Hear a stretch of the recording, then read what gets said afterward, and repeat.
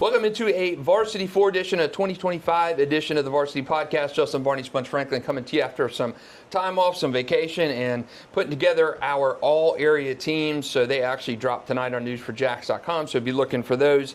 But we thought we'd have a little bit of fun and pick our top 16 players regardless of position, and it's not recruiting based. I think a lot of people, if they see a big name not on the list or whatever, oh, he's a 5-star, he's a 4-star, not on there.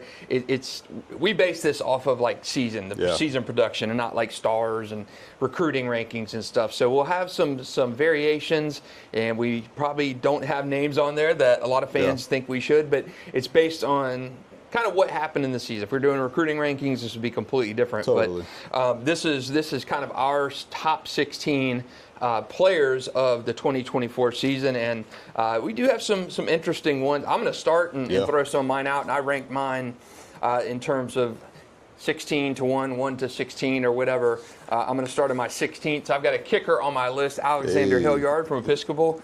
Unbelievable kicker. He's a two-time All-New for Jack selection for us. Hit 13 of 14 field goals. So that's my 16. My 15 guy is Trenton Jones. All kind of did everything at St. Augustine. Receiver, kick returner, 11 TD catches, 1134 yards. He's my 15 guy. Linebacker Tony Williams of Rains. He's my number 14 guy on this list. Offensive lineman next for me. The only offensive lineman I have on my list, Bulls, J.J. Sparks. He was a second-team all-area selection last year for me, but he is a excellent offensive lineman. It's tough when you're watching offensive linemen on the field. You're like, man, but he is a guy, when you look at the offensive line on the field, you can pick him out on the field because he is that good of a player. He's a left guard. So he's my number 13 player. Number 12 is big defensive lineman from Ponte Vedra, Riker Kemp. He's a lacrosse signee, actually, but, man, he was a hell of a football player. 15 sacks, and, man, Riker's best hit of the season was when he played Bartram in our game of the week and absolutely drilled Weatherly on a sack, blindside sack, crazy physical. He rocked him. Yeah, it was a very, very good play. So he's my number 12 guy. Sebastian Broughton, an athlete, quarterback at Fleming Island, but a dual-purpose kind of guy. Yeah. He rushed for 943 yards, 13 touchdowns, and passed for 1949 and 21 touchdowns. He's my number 11 guy, and before I get to the top 10, I'm going to hand it over to you. So my 11 through 16, Sebastian Broughton, 12, Riker Kemp, 13, J.J. Sparks, 14, Tony Williams, linebacker at Rains, 15, the athlete Trenton Jones from St. Aug, and 16, my kicker, Alexander Hilliard from Episcopal. Yeah, so far, I've got two of the same in that back end. Trenton Jones from St. Augustine. And I'll preface this by saying we did not look over each other's list beforehand, so this is completely different. Trenton Jones, dynamic wide receiver, return guy. He had like 1,300 yards total, 14 touchdowns because he had a couple in the return game. He's a dynamic, shifty slot receiver for St. Aug. He was a big part of their offense. Obviously, we've talked about the trio that they had with Wingo and Carl Jenkins Jr., with Lachlan Hewlett as the signal caller. And it kind of went to almost a duo for the latter half of the year with Carl Jenkins. Yeah, Carl got banged up. Like, he was, again, I would have Carl Jenkins on this list any other time, but when you don't play, you don't have the stats, there's no knock on you. It's just, this is like you say, what did you do for the full season? Statistical, that type of thing. I know stats can get skewed. We'll talk about some of the guys where are skewed stats, like with the Flagler Palm Coast guys. But, it turned into where it was a Samarian Wingo. Trenton Jones was the main focal points in that offense. They did get Carl back late in the year, but it was still a great season for all those guys. But I definitely, Trenton Jones is on there, and then my other duplicate guy so far is Tony Williams from Rains. Okay. I love the way he plays on defense. If you want a linebacker, that's the type of guy you want on your team. He's that guy in the middle. And he's very versatile. Obviously, he can even cover guys.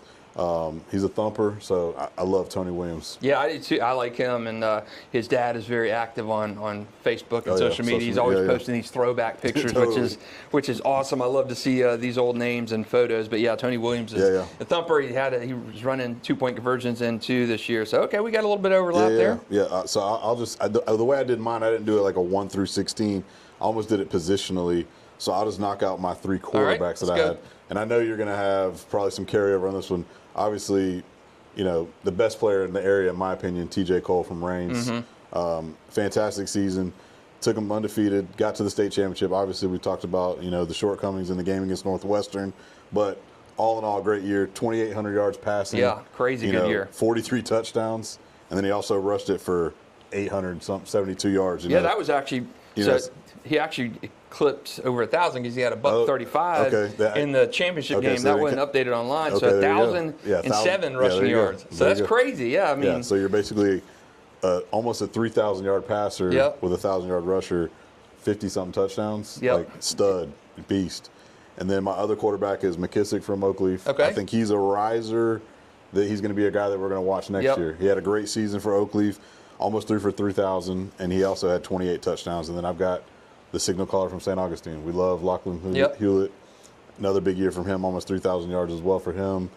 He had 31 touchdowns. Threw a little more interceptions than he probably wanted to, but again, led his team back. Deep run in the playoffs. Came up short against American Heritage Plantation, but if I was to have a quarterback, I'd take any three of these guys. Obviously, the guy who would probably be on this list, and one of these guys might get bumped, would have been if Trammell would have been healthy all year. I'd have loved to have seen what he could have done, not being able to play after week one. So these were the best three quarterbacks, in my opinion, in our area, and there are three really good ones. And the good part is McKissick, we get one more year of seeing what he can do. So we get Jack McKissick. He was transferred in the area and had a phenomenal season. Big time. What it did, it allowed Oakleaf to really have that multifaceted attack where you had Deuce Floyd carrying the ball. Totally. You had two good receivers, and you had the ability to stretch the field with Jack McKissick, 28, 31 touchdown passes, something along those lines, and carried them to the farthest they have ever gotten. Tied for the furthest they've ever gotten. So great season for. I like all those guys, and I'll get to my top player in the area here in a minute. But it maybe rhymes with T.J. Cole. So heading into my upper cut, you heard my 11 through 16. My number 10 player, Samorian Wingo. You kind of touched on him a second ago. He is one of three excellent receivers at St. Augustine. Carl Jenkins Jr. was first team all-area selection for me last year, but he was banged up towards the end of that season and did not have that good of a finish. So Samorian to me was phenomenal athlete. He's a big guy, like 6'2". He's going to be one of the highest recruited players in the area next season coming out of St. Augustine. But he's not just a super recruit. He did produce well. 12 touchdown catches, 1,040 receiving yards, and he looks good. 2 years total for him, 18 TD catches, and that's playing in an offense with you're having to feed the other pass catchers too. Exactly. So he is an excellent player for St. Augustine. So he'll be back next year. Number 9 for me, you've touched on him, Lachlan Hewlett of St. Augustine, senior quarterback, played really a 3-year starter for them, nearly 3,000 passing yards, 31 TDs. State semifinals again. They lost to American Heritage, but one of the best passers in St. Johns County history. He's headed to USF, so he's my number 9 guy. Heading into my top 8, I've got a tight end receiver hybrid, Tayshawn Gelsey. He was recruited as a tight end to Florida, but now he's going back to receiver at Florida State. Leading pass catcher, leading receiver in Lee/Riverside history.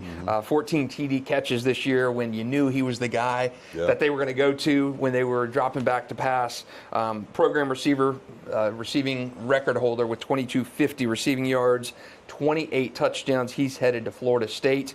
My number 7 guy, my number 1 back in the area, Arthur Lewis IV from Bartram Trail, 1,666 rushing yards. Remember, he followed Lathan Biddle at Bartram Trail, and Bartram did not have the ammunition as they had a year before. He still had 21 TDs, averaged 11.2 yards a carry, and he is a darn good football player. Another junior that we're going to see a lot of next year. And my last one that I'll hand it back off to you, my number 6 guy, Mandarin safety Drake Stubbs. He was our defensive player of the year last year. 2-time all News for Jack selection. Not as strong of a senior season. He had 54 tackles, 2 picks, 3 forced fumbles. And to me, Drake Stubbs, when I look at his senior season, the play that epitomizes what kind of player the Florida Gators are getting. Oakleaf had a big run in a game, the regular season game with Mandarin, headed towards the end zone. I can't remember what player was running.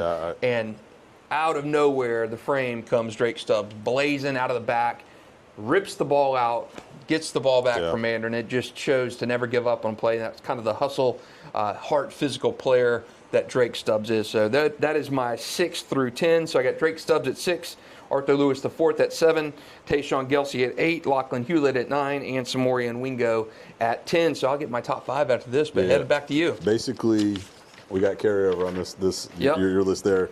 Obviously, I had Samorian Wingo as well. The other wide receiver you just touched on that had a big-time year. I love, like you say, his physicality. He goes up and gets the ball.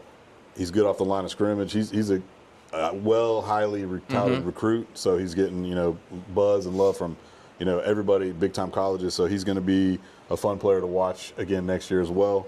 I also had Arthur Lewis at running back from Bartram Trail. I think he was the best back, in my opinion, in the city. Just smooth runner, hit the hole and he's out of there. I love the way he plays. Also, carryover as well. I had Drake Stubbs, obviously, on my list.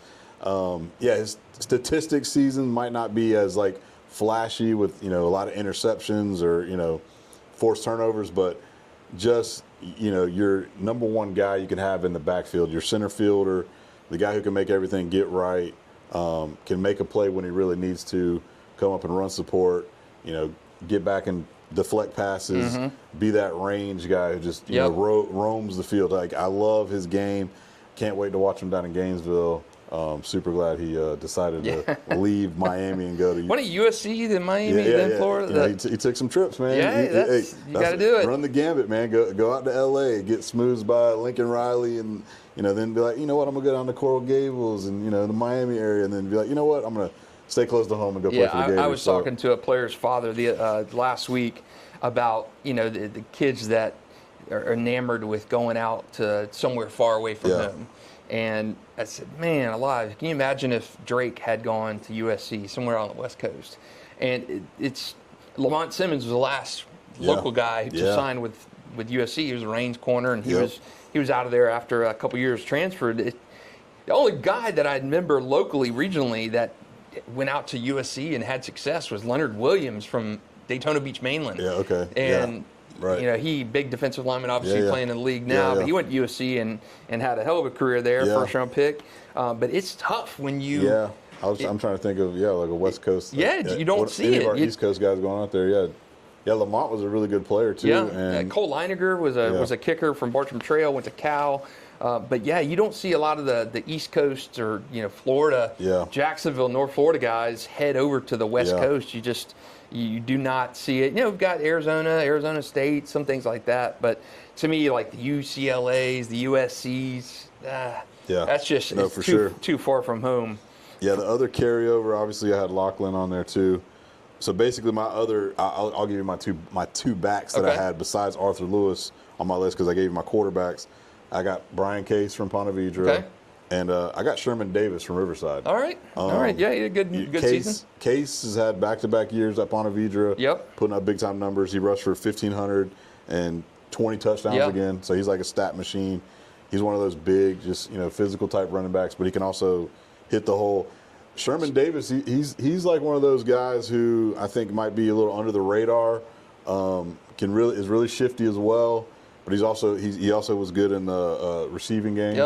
Caught some balls. I think he had 1,500 total yards, like 14 touchdowns on the year, or 11 touchdowns. But he's kind of in that Arthur Lewis mode. So they're two similar running backs. But like if I'm to say who's some of the best backs in the city, those two guys along with Case. Case is good. You could definitely make a case for it. We do have some other good backs, obviously, that we've had. The Garrido from Creekside, but like these three guys, I think are game changers. They can hit it and take it to the house. How many have you thrown out? I don't even know now because I'm up to three quarterbacks. I had three quarterbacks, three running backs. We also had the carryover on Trenton Jones and Samarian Wingo. So how many is that? 3, 6, 8. So I'm at like 8 or 9. Yeah, 8 or 9 for you. Okay. I can throw out another receiver or two. Okay. My two top receivers on the list are Trace Burney. I love Trace. He might be, higher up on your list. I'm assuming he's on your list. I've known the kid since he was a freshman. Super dynamic guy, not the biggest guy in the world, but very quick, can get by you, and like he can do it all. He can catch the long ball, deep ball.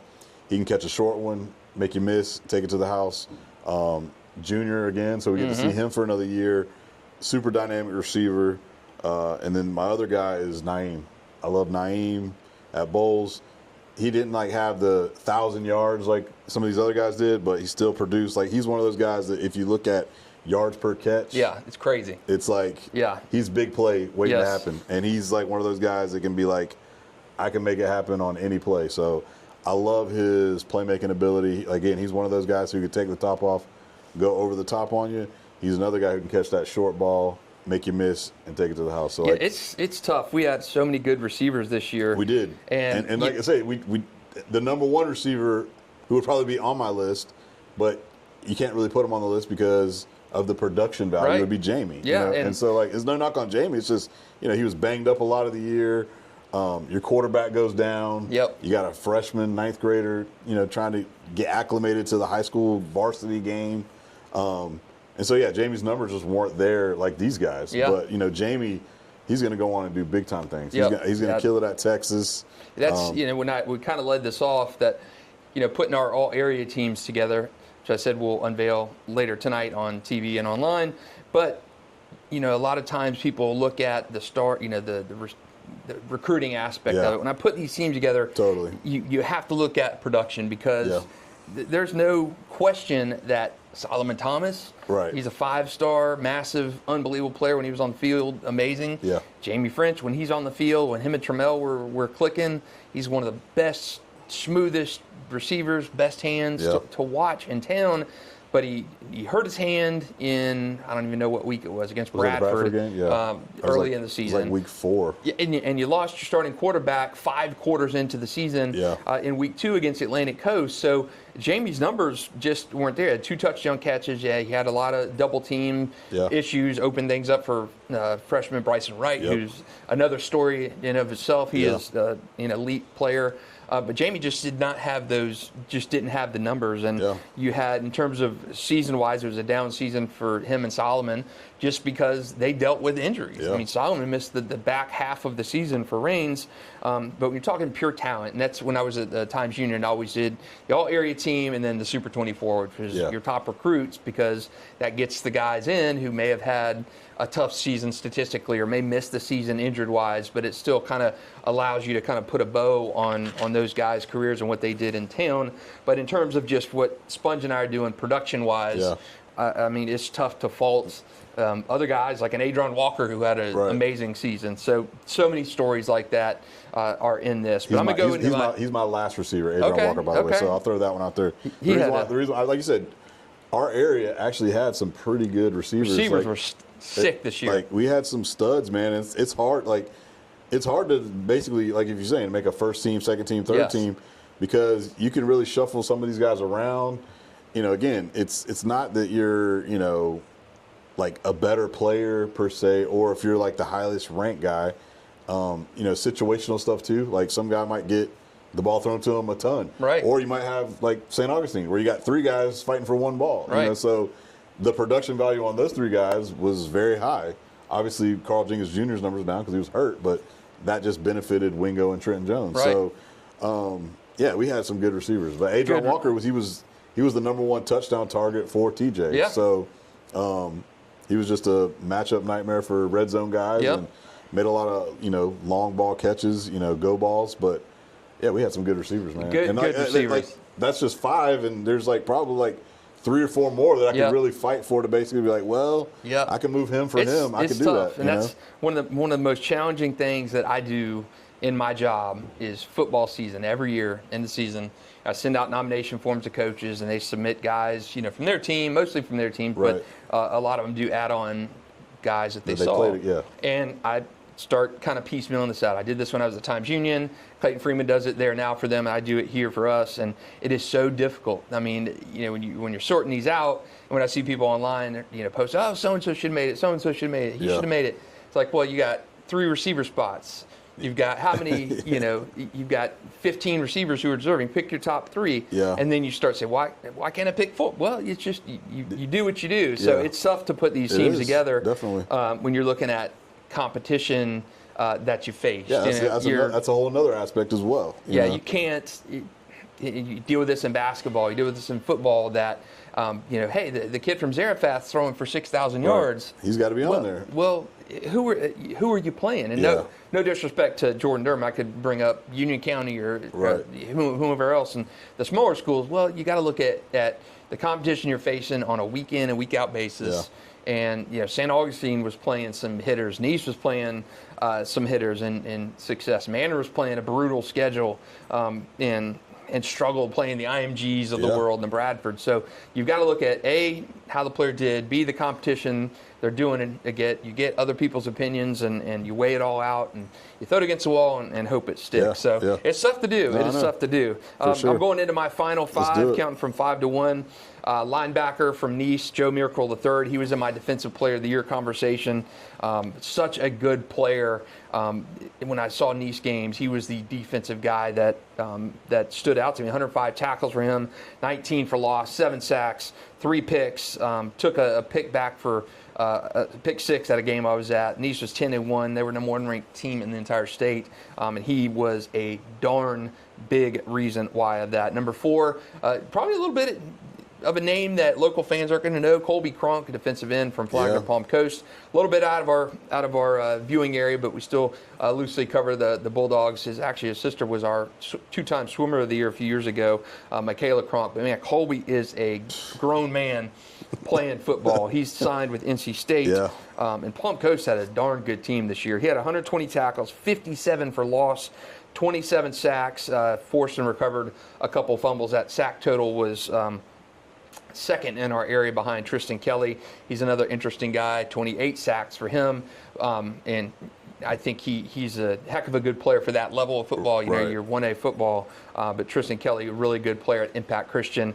But Colby, number 2 in the area in terms of total sacks. And he's a track star. He is a darn good football player. He's my number 4 guy. Number 3 is a guy you've already mentioned, Trace Burney from Fleming Island. 17 TD catches, 1158 yards. Big reason why Sebastian Broughton had so much success throwing the ball and running the ball, because you got to cover Sebastian, you got to cover Demir Jackson out of the backfield, and you got to cover Trace Burney. And Trace is 1791 yards in his career, 25 touchdown catches, and I think the best is yet to come for him. Will be different not having Sebastian there the next year for Trace, but I like Trace Burney. He's my number 3 rated player in this area for the 2024 season. My number 2, the big cat, Jion Simon. May hear some more of him later tonight. He is our Defensive Player of the Year.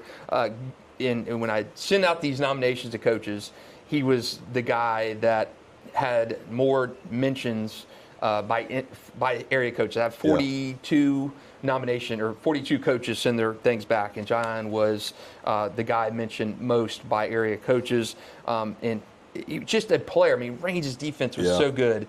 When I look at that line, I look at Jatirius Brown, phenomenal player, Agent Zero. I look at King Massey doing stuff. He was a wrecking ball at the edge. And then Jion Simon was just a phenomenal athlete. They call him the Big Cat and asked him why. I said, why did they call you the Big Cat? You're a big guy. You're a big dude, you know, and not like a cat. Right. And he says, why? One of my coaches said it reminded me of Leon Lett. Remember the old Cowboys? The old Cowboys guy. Yeah. So the Big Cat, Jion Simon, is my number 2 guy. And my number 1 guy for this year, our Offensive Player of the Year, is TJ Cole. So no surprise. 43 touchdown passes, 8 picks, 1,007 rushing yards, 9 TDs. He's got 6,041 passing yards through 3 years, and just an excellent, heck of a good kid too. Yeah. Really good kid. But man, on that football field, he is a wizard. And when you have what TJ did, which is come to a team that was established, you got a lot of transfers coming over there. You got to meld everybody together. And TJ and the Range coaching staff did, and he had a season for the ages. Fell short of the Tim Tebow single-season passing record, fell short of the DeAndre's single-season passing record, DeAndre Johnson's record of 47. I've been fortunate to cover both of those guys, and TJ had a season that is in the conversation with those DeAndre and Tim Tebow as one of the best we've seen. Stat freak for sure. Yeah, crazy. Yeah, super fun to watch. And not just a stat guy, too. You know, you see some guys at teams of the years that are stat guy. They don't care about team success. No, well, like I said, his stats, you know, was what generated that offense to be as good as it was to carry them to where they went. You know, so he definitely was the bus driver in that Reigns offense. So I think that big time, you know, play from him elevated all those guys. It made those receivers, get the attention that they got. And like I say, Reigns, they went as TJ Cole went. Yeah, he was phenomenal. So those are my 1 through 16 guys of this season. I'll count mine down again after you go through your final list. I've got my last 3 guys, and 2 of them are crossover guys. Big Cat. All right. Like, he was definitely, like you just said, people who, like the coaches who are sending these votes in of, like, who do we play? This kid, like, watching him as a 9th grader, I remember watching him, I'm like, this kid's a dude. And knowing that he is, like, demands that much presence from, like, the opponent, you know what I'm saying? So, like, they know that he's going to cause problems. Yep. And that's basically, like, when I remember just looking at him like, this dude's going to wreck shop. Yep. And, yeah, sure, you want to see him have 27 sacks or whatever. Yeah, but his more so, his role more so as a disruptor. Right. He's a problem that you have to deal with where you're going to double team him. And that's why those other guys, like you just said, had big seasons because he was on that front with them, and they were so worried about him more than, some of these other guys. But, yeah, he's a dominating. I went back and was scrubbing through some of the highlights from when we covered Reigns Bulls in week 1. We had the whole the production company sends us the whole full game melt of afterwards. And it was like 30 minutes of highlights. And I went back through and I was scrubbing through the other day and just watching. And Jatarius Brown, number 0, everywhere. Yeah. King Massey, everywhere. But I mean, the big cat in the middle of the field, you gotta worry about that. Yeah. He's eating up 2 guys in the middle of the field. Yeah. And man, not saying, Reigns' defense was just loaded, but you had to focus on John Simon in the middle of that line because he's a big guy, he's extremely athletic, and he requires that head on a swivel kind of production. I mean, you gotta account for him. No, I love his game, and it's, again, like, it's not all about having 27 sacks or whatever, but what do you do to cause something on this game to where I've got a game plan for you? Like, this guy's going to be a problem, because if you don't, then he will have 27 sacks. Yeah. So, and just as a defensive lineman, you're not necessarily, as an interior defensive lineman, you're not necessarily the sack kind of guy. Right. Like I say, the next guy on the list I have the crossover is Colby Cronk. Like, and I watched his huddle a couple days ago just because I was like, let me see. Like, when I saw his stat line, it was just like, it doesn't look real. Like, is this fake? He kind of plays a little bit of that, like, end/D tackle, because they like to have, like, almost like a stand up, like, lean outside linebacker, like, rush guy kind of like. But sometimes he'll just play, the pass, and, like, so Colby he'll be the edge guy, but he'll be kind of like a D tackle. But he comes off the ball and just gets to the quarterback. Yeah, he's like 250 pounds. He's like, a big guy. He's big, physical, fast. Yeah, he's not like Big Cat is a big presence. Yeah. Just a big dude. Colby Cronk, not saying he's a small guy, but he's just like more of that. He's like that hustle guy all of a sudden that's just back there in your backfield all day. Yep. And it seems like he just lives there. Yeah, so, Palm Coast had a hellacious season. What's crazy is, like, when you told me, like, let me get my last guy and then we'll talk about, like, my last guy is I got CJ Ennis from Bulls, corner, 8 interceptions, was a guy who made plays, locking down your number 1 receiver. Defensive backs, we got some other defensive backs that I really like in the area, but stat-wise, they didn't have 8 interceptions. And, so sometimes, people say the better DBs are the DBs that don't have interceptions, because that means you're not throwing at the guy to even get those interceptions. Which is true and false in a sense. Exactly, so because if you're making plays on the ball, you're getting picks. Yeah. Just because you have 8 picks, that doesn't mean they're trying you because you're not a good corner. So I look back on that and I look at, like, Jaheim Singletary early on in his career, and how much success he had early on. I look at Kevin Tolliver, nobody threw it at KT. His stats are like, Kevin Tolliver, I mean, this guy's a 5-star. He didn't do anything. Yeah. What's he doing? But he was throwing and running touchdowns for us. Yes, that's true. But Jaheim had this success early on in his career, and people weren't really looking at him late in the career. And Tolliver was on such a good team. And, I mean, you're on a team with, Sean Wade and Isaiah Ford and Jeff Holland and Chris Barr. I mean, you're on the team with Ben all Edwards, these guys. And Tolliver, Yeah, Deontay Williams. Deontay was my favorite guy in that secondary for Trinity. But thumper. It's so many good guys, and when you see that, you're like, Kevin Tolliver's not doing anything. But he was a true kind of lockdown. Yeah, nobody was throwing at him, dude. Yeah, like he was like one game where we knew we should have made the switch. Was that Pensacola Catholic game? Oh man, we first round loss. Yes, dude. Yes. That was probably my most brutal loss if I'm thinking about it. I mean, you could hear a pin drop in that stadium. It was undefeated, right? Yeah, undefeated. First round of the playoff loss. They had Pensacola Catholic had a pretty good receiver, probably like a 6'3" kid, kind of like long, and he had started catching balls on us, and we had Nick Washington on him. Nick, a great player too, he went to Florida. Yep.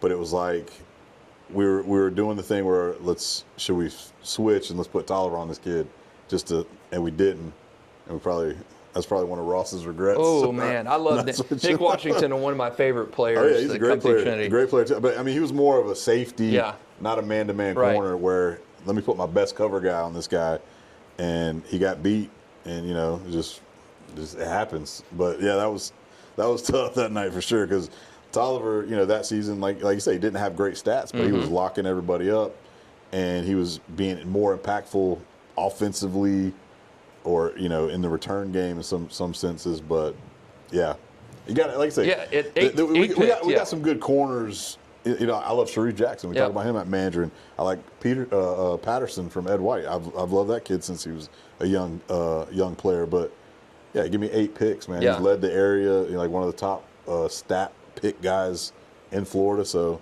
I did see that's my final 16 guys to show to how good those St. Aug receivers were and Lachlan Hewlett were. Trenton Jones had Josh Patterson in in that playoff game. Yeah.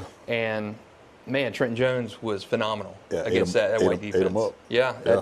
So I'm going to go back to mine. My number 1, TJ Cole. Number 2, Jalen Simon. 3, Trace Burney, receiver from Fleming. 4, Colby Cronk, edge from Palm Coast. 5, Joe Miracle III, linebacker from Nice. 6, Drake Stubbs, safety from Mandarin. 7, Arthur Lewis IV, the running back from Bartram Trail. 8, Tayshawn Gelsey, receiver / tight end from Riverside. 9 and 10, both from St. Augustine, quarterback Lachlan Hewlett at 9, receiver somewhere in Wingo at 10. Number 11 for me, Fleming Island quarterback / athlete Sebastian Broughton. 12, Riker Kemp, Ponte Vedra defensive lineman who's headed to college in lacrosse. 13, offensive lineman J.J. Sparks from Bowles. Linebacker Tony Williams at 14 from Rains. Number 15, Trenton Jones from St. Augustine. And number 16, give him the kicker some love, Alexander Hilliard from Episcopal. Run through your finals. Mine's basically through breakdown. Quarterbacks, TJ Cole, Jack McKissick, and Lachlan Hewlett. My backs were Arthur Lewis, Brian Case, and Sherman Davis from Riverside. Receivers, I'm heavy on the receivers because I love receivers. Yep. So Trace Burney, Trenton Jones, Samarian Wingo, Naeem, Adrian Walker.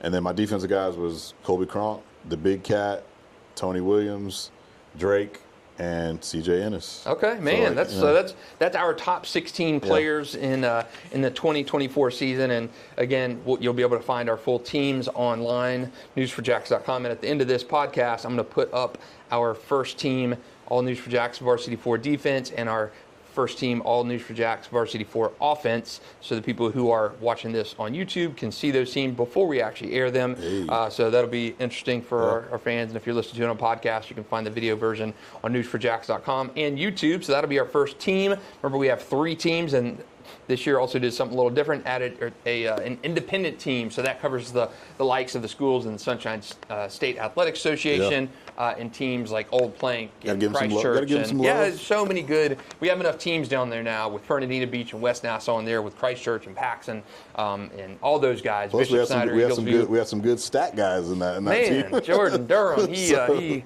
wrote that check on how many passing yards, 6,000 passing yards, led the country, state single season leader. So we had to give those guys some love, but I just didn't think it was fair to kind of put those guys in there with the other guys who are playing in the FHA State Series. And then I thought we had enough of representation of other teams to give those guys.